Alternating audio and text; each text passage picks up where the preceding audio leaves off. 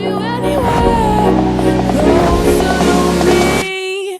Where you are, I will be. My heart in the deep. All right, what is going on, guys? We are back with another video. Another annoying video, in my opinion, because from the title, from the thumbnail, you guys are gonna see that I'm still working on that truck right there.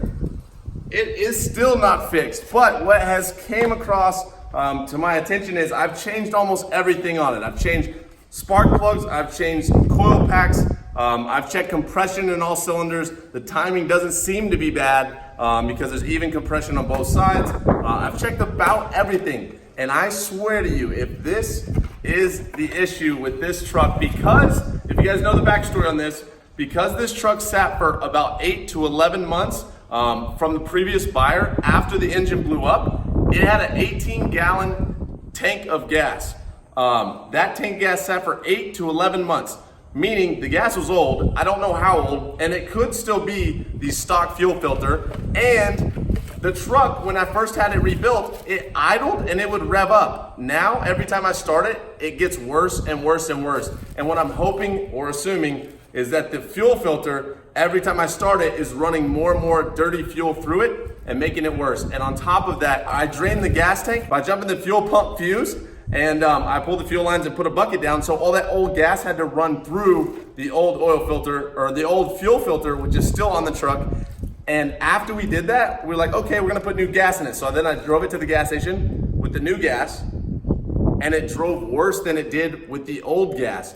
But I think it's because it ran an extra 18 gallons of gas through the lines, through this old filter. So we're gonna change it right now, and I swear if it's a $20 fix, because I paid $3,000, $4,000, I'm gonna be so upset, but it's part of it. I hope this fixes it. Have fuel disconnect lines.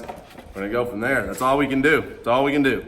All right, we have a handy dandy tools. This is gonna be to use one of these small ones, remove these little clips on the old one, the little tabs, and then those are fuel disconnect lines. I got my handy dandy jack here. My handy dandy jacky poo.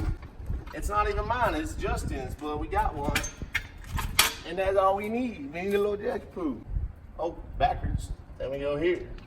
Bam.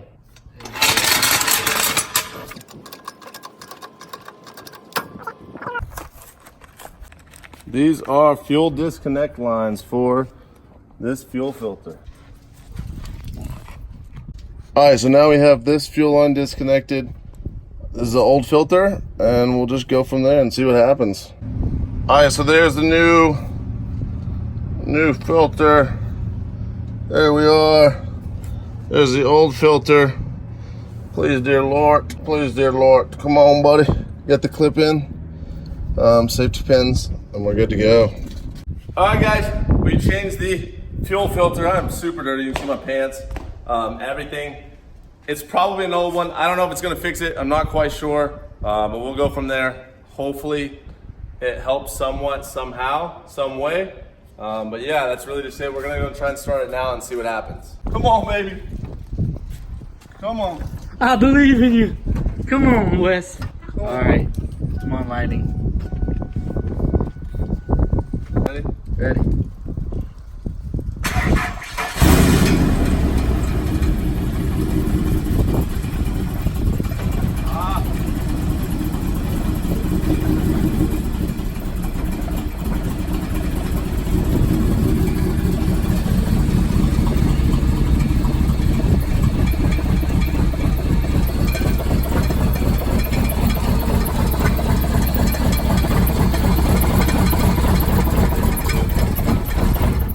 Dadgummit.